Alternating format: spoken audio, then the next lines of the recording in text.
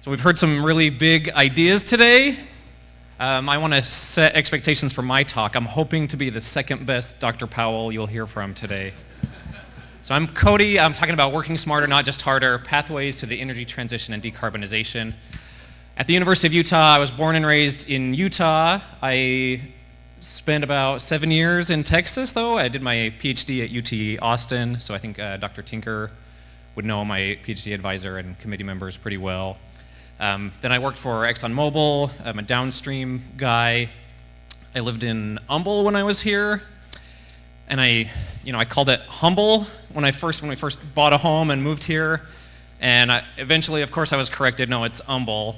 And I couldn't figure out why, but I eventually realized you're not allowed to use the word Humble and the word Texas in the same sentence. And so that's why it's Humble, Texas. Anyway, very grateful to be here. I do miss my time being in Texas. Love it here. So I'm going to talk about, my work is energy systems analysis, so I'm kind of a jack of all trades and master of none. We're doing high-level energy analysis, looking at complex systems and how we get all this stuff to work well together. So we've heard some similar themes today. So I'm showing data from an NREL study on the declining cost of solar. So this is probably not a huge surprise to anyone. This study was dated from 2010 to 2020, and so we saw the installed cost of solar photovoltaic technology come down by nearly an order of magnitude. So that is pretty phenomenal. So pop quiz. Someone's got to know this, especially after hearing Professor Tinker speak. Which state in the US has the most installed solar generation capacity? It's actually not Texas. It's California. It used to be California by a pretty wide margin. Texas is catching up fast. So here is a map of the United States. This was an article I just pulled as I was preparing for this talk. So very recent. This is from Forbes magazine, and it's they put together this this system with different metrics for which are the best states to install solar power, which states are doing the best at solar. So it's color coded, where white means you're the very best state for solar power, and then as you go to the kind of orangey brown color, that's burnt orange, I guess. Then those are the worst states for solar. So you can see in the southwestern US, obviously this is a place where we get a lot of solar intensity. As a person from Utah, I am actually pretty jealous of California. They are taking advantage of all of this really cheap solar. So this has got to be working wonders for them. So let's check in. Professor Tinker kind of gave away the answer here a little bit. So let's see how this really cheap solar is impacting the total price of electricity in California. So this is the average electricity price by state, and as you can see in the western US for sure, California is a very clear outlier for the most expensive electricity. So there is obviously some kind of a paradox here that as scientists and engineers will figure this out pretty quickly, and I'll give kind of a hand-wavy quick explanation for why this is happening. But if you look at California installing all this solar, if you look at all the neighboring states, California is at least double the total price of electricity, and this is levelized costs. This is probably familiar for all of you, and I'm a downstream guy, and I have my research now is renewable, so I don't speak the geoscience and subsurface language, but hopefully you guys are learning to speak this language a little bit. So most of us have heard of the duck curve. So what this curve is, we started seeing this in about 2012.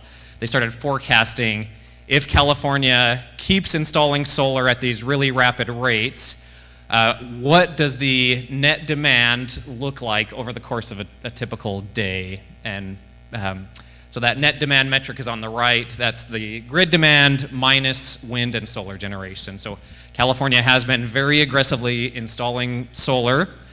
So that duck curve is now becoming the canyon curve. It's getting so deep that during the day, during the shoulder seasons, like in spring and early fall, they're actually seeing points of the day where they are overproducing solar. They're producing more than they're consuming. So one of the reasons, and this isn't an anti-solar talk, again, I'm a looking at the mix, looking at how do we get all these things to work together, we're just pointing out some facts. One of the reasons that electricity has gotten so expensive is that you essentially have to build two different energy infrastructures here. So you have the solar energy infrastructure that's generating, of course, when the sun is shining. Then when the sun goes down and your net demand starts to shoot back up, now you're relying entirely on other technologies, and a lot of that is fossil fuel. I loved the discussion of the hydrogen storage project in Utah. We're exporting electricity into California. So you've got, I guess this laser pointer probably won't work. So you've got the solar part of the day, and then you've got the other parts of the day. So you have to have these two energy infrastructures. We've certainly seen this. So we've done studies in Utah. Has a lot of coal power, so we have partnered with some of our coal-fired power plants to do studies. We've actually been developing technologies to help coal power plants deal with all the fluctuations that come from the changing market that's caused by renewable energies. So this is one of our power plants. This was actually my hometown of Huntington, Utah.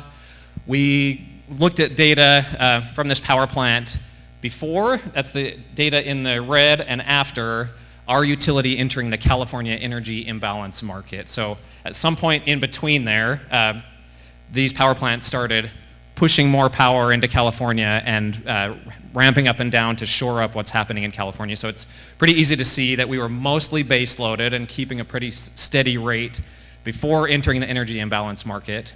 So since then, now we're seeing these coal power plants do this tremendous amount of ramping, and they're ramping deep and they're ramping often. So what's happening with the renewable energy market is certainly impacting what's happening elsewhere in our fossil fuel assets.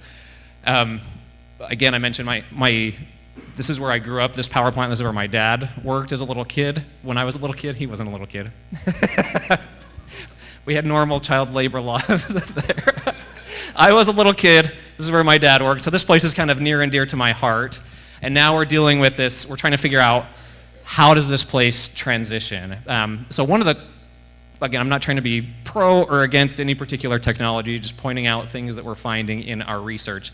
But one of the cool takeaways from this is that these coal power plants are actually they're enabling renewables. They're providing that reliability.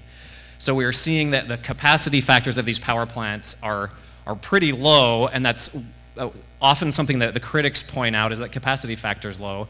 And I would actually say these power plants what they're selling is flexibility as much as they're selling power. They are the ones that are helping to maintain voltages and frequencies on the grid so that supply and demand stay in equilibrium. So my research group, we have done some studies. I just sort of picked out some of the topics I wanted to cover for today. So we did a study where if you took a greenfield place and you could just design your energy system from scratch from a combination of sort of the most ubiquitously available technologies. So this would be solar, wind, natural gas combined cycle power plants, and then battery storage. How could you build your energy system to minimize your cost of energy? And we did this for different areas. So because we're in Texas, I'm showing data from Texas. So on the x-axis, you'll see the renewable energy fraction. On the y-axis, you'll see the levelized cost of electricity, and I'm showing the levelized full system cost of electricity. So we're not showing that super cheap solar. We're saying, what would it take to build this entire energy system for this place? The lines going up are if you applied different CO2 taxes. We just wanted to look at some way to help incentivize getting more renewable energy on the grid. So what do we learn from this? Well, all the dots are the optimal point. That's the point where you get the lowest levelized cost of electricity by renewable energy fraction. So the story here is actually pretty cool. Because of that cheap solar and cheap wind, you can get pretty high renewable energy fractions without dramatically impacting the total cost of your system. Then, of course, as you hit about 70%, and as you go above that, then the costs start to really skyrocket. And so as a chemical engineer, this is an energy balance problem. And essentially what you're doing on your system is you have to build so much solar and wind capacity that when those energy sources are available, like in the summer or in the shoulder seasons, you have overbuilt this plant so much that you are able to store up energy and save that for the fall and for the winter. So, and then you've got to be matching this exactly right every year, either or you've underbuilt or you've overbuilt. So just the costs of doing that get astronomical, and you end up, if you have overbuilt, then you end up having all this extra energy that you never use. And if you have underbuilt and you have a fully electrified system, I think people die. That sounds dramatic. I'm coming from Utah, where we all rely on natural gas to heat our homes, and we have very cold, snowy winters, and we don't see the sun often for several weeks at a time. So if we have fully electrified and decarbonized, if we don't have that electricity available, then we're not able to heat our homes. So there are just some trade-offs here. I think there's a really good story. We can get really high renewable energy fractions, but I still think we're waiting for those technologies to come along where we can fully decarbonize. And I think hydrogen is super promising as a long-term energy storage option. So what we have done historically for the last century or so is that when we need more power, what do? We build more power plants, and that's sort of all we do, and there hasn't been a lot of sophistication to what we're doing. We need more, so we build more. So I love this quote. I'm not sure if it's an exact quote from Albert Einstein, but it's often attributed to him. He says, we can't solve problems by using the same kind of thinking we used when we created them. So as we go through this transition, there's certainly some kind of a transition happening. It feels like it's different all the time. I mean, we're hearing about power demands maybe doubling in the next decade because of the big AI boom. So this is all very new developments. We're hearing about Google and Microsoft investing in nuclear power and resurrecting the 3 Mile Island project. So it's really hard to keep up with all of this stuff. But I think it's critical that as we do this, we try to be intelligent about it, and we don't just build more because we need more. I think we should do this much smarter. So we have this vision. One of the ways that you can help to lower the cost is by making your energy use much more flexible. So one of the aspects of my research is looking at industrial load flexibility and finding built assets out there that are that can be very flexible in the way they use energy, that could respond to some kind of incentive program or some kind of real-time signal from the grid to change when and how they're using energy. And I think the when part of that equation is becoming much more important. When you use energy is becoming much more important even than how much energy you're using. So what we've found in surveying a number, I run a DOE center where we do energy assessments for industry. So what we find is often that industrial facilities, they have some kind of a process that is flexible, that they could reasonably shift when it's using energy without dramatically impacting their production process. So in this little animation, you see that one of the industries on the far right has a tank that you can fill that tank up or discharge the tank in response to how energy is changing. Or if you wanted to get a little bit more into it, you could have a process that's actually ramping up and ramping down based on energy prices. So in our center, we try to find these opportunities where companies can do this economically. This is not meant to be a replacement for energy storage. I think we're very much going to need active energy storage. But this is some low-hanging fruit where if we just operated a little bit more intelligently, we could have a pretty big impact on grid operations and helping this supply-demand mismatch issue. So I'm showing you, this is hypothetical data for, this is an industrial demand profile. So I've seen the electricity bills for hundreds of facilities. Typically, especially in our area, their billing structure is somewhat crude, but on their bill they have a charge for their energy, so that's dollars per kilowatt hour. Then they have another charge for their demand, which is measured in dollars per kilowatt. So, and typically the dollars per kilowatt charge, that is based on your highest power demand within a month, the highest 15-minute power demand. So you could be pulling 3 megawatts for just a single 15-minute period, and that can set your energy demand cost. So this can be astronomical for some facilities. Typically, that's about 50% of the energy costs. But if your facility starts doing things like shifting when you're using energy, you can dramatically reduce your peak, you can fill in those troughs, or you could be actively responding to signals from the grid. So this is just one of my favorite pet examples. We visited a facility that does mineral processing. So they need quite a bit of water to feed their process, and they're pulling that water from underground wells. They store that water in, they have about 6.2 million gallons of water storage capacity, and then that feeds into their process. So they invited my team out to do this energy analysis. They were particularly interested in solar. So they said, we want you to model what it would look like for us to install solar here on site. How does that impact our bills? So I've plotted their actual energy usage in blue, and then their net demand in yellow, so you could see if they installed solar.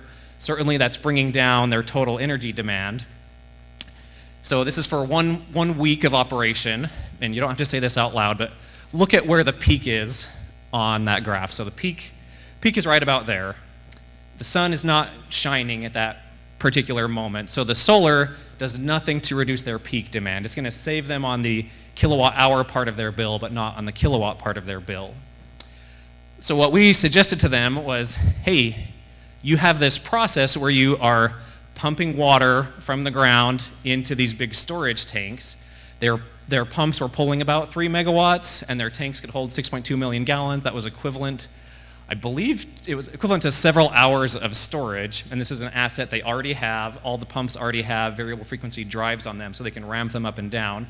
So we did this analysis to tell them that, hey, you could essentially use this water storage and your pumping system like a battery. You could fill up the tank when you're off peak, and then you could drain the tank, turn down your pumps.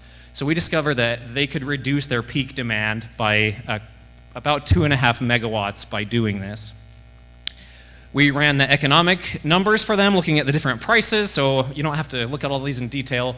We looked at what are they doing, business as usual, if they installed solar. So that second row, if they installed solar, we estimated that would be a $7.6 million project. It would save them $270,000 per year, and that would have a 28-year payback. So you saw the pictures of the solar panels degrading. Solar panels don't last 28 years, so this would be a net negative NPV project. Batteries make it better because you can use the batteries to actively shift your peak. The batteries bring that payback down to about 11.5 years. If you look at that second to last row though, doing this intelligent pumping is just instrumentation and controls and just operating more intelligently. And so we found with about a $250,000 project, they could be saving $370,000 a year in their peak demand charges, and that's a 0.7-year payback. So this project doesn't have quite the same flashiness and PR attributes as having big shiny solar panels on your site, but this actually makes the most economic sense. And then what you're actually doing is you're supporting the grid. So you're helping to provide to enhance grid reliability so that someone somewhere else can put solar panels on the grid. All right, so I'm going to wrap up my talk. I mentioned my group is covering a whole bunch of different things, so I just want to highlight some of the different research projects, some of the different research questions that we're focused on answering. So we do a lot of work with hybrid energy systems. I'm a big believer in hybrid energy systems. I don't think you should build a solar plant over here and then build a fossil fuel power plant over here if you can find ways to make those synergistic. So we have done work with solar thermal power and found that if you couple a solar thermal power plant with a natural gas power plant, you actually end up extracting more solar energy because combining the two lowers your capital costs. It gives you a lot more degrees of freedom over which you can optimize so that you can actually find the global optimum. We have done some work with those same coal power plants. We actually have developed software that is actively controlling 2 about gigawatt scale coal power plants right now. So our algorithms are making decisions on about 100 decision variables that normally an operator would have to decide. We are working on minimizing emissions and reducing the coal consumption. So our algorithms save enough energy for the coal power plant to power the server that runs our algorithm. That's a joke, okay. So we actually, our software at these power plants is actually saving roughly $2 million per year in coal costs, where we're just trying to operate those coal power plants more intelligently, using some of these great tools that are coming from the tech boom. We're running scenarios. Can we realistically transition to 100% renewable energy? That was the slides I showed you early on, and what we found is that it gets very expensive. You can do it cost effectively up to a certain point, and then it gets really expensive. And I think we need researchers who are actively figuring this stuff out, especially that issue of long-term energy storage. We're looking at industrial decarbonization. We're looking at nuclear power. I'm actually pretty encouraged that these tech companies are investing in nuclear. I think that's absolutely something as a society that we should be pursuing. We're looking at electrification. What does it take to really, truly electrify a whole city or a whole state? Long-term energy storage. Can we harvest renewable energy from food waste? And looking at the life of batteries. So at EGI, we are actively researching a lot of these different topics. And I showed you just kind of a slice of some of the things that we're working on. So in conclusion, I think we need to operate smarter. We shouldn't just say, our power demand is going up, we need more power plants. I think first we need to figure out how do we operate all of these assets more intelligently, because maybe there are scenarios where we don't have to build those power plants because we have improved our efficiency and we've improved the intelligent way that we operate these systems much better. I do think we will need to build, of course, especially as this AI boom continues, but I think we should build intelligently, and you're certainly seeing this in the types of designs of power plants that are being proposed, where they are power plants coupled with energy storage. And then if we are going to be transitioning, we need to be doing that thoughtfully and intelligently. I would definitely want to thank all the sponsors of our center and EGI. Huge thanks to the University of Houston folks for having us here today. Thanks so much, Kody.